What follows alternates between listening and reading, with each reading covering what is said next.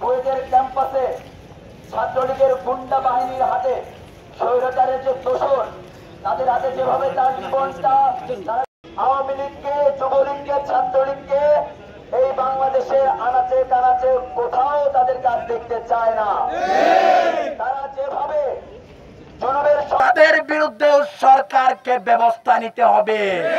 আমরা দেখেছি চট্টগ্রামের প্রত্যেকটা মিল ফ্যাক্টরিতে, আমি নিজেও দেখেছি খবরে।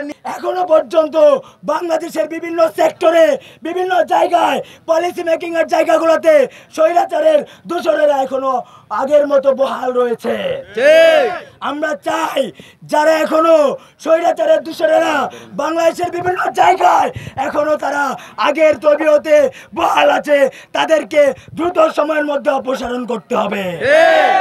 আমরা আশঙ্কা করছি যদি এই স্বৈরাচারের দূষণদেরকে দ্রুত সময়ের মধ্যে অপসারণ করে শাস্তির আওতায় না আনা হয়, তাহলে আরো আমরা শত শত উর্মির টাকা পেতে পারি, যা আমাদের দ্বিতীয় স্বাধীনতাকে, আমাদের স্বাধীনতাকে আবারও প্রশ্নবিদ্ধ করতে পারে, আবারও বিতর্কিত করতে পারে, আবারও সন্ত্রাসীদের পুনর্বাসন করতে পারে।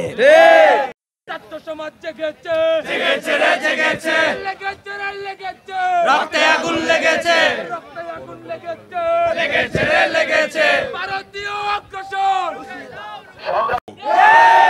আমাদের কাছে কোনো ভয় নাই, আমাদের কাছে কোনো ডর নাই, আমরা হারতে শিখি নাই, আমাদের কোনো চাড়াচাড়ির ইতিহাস নাই।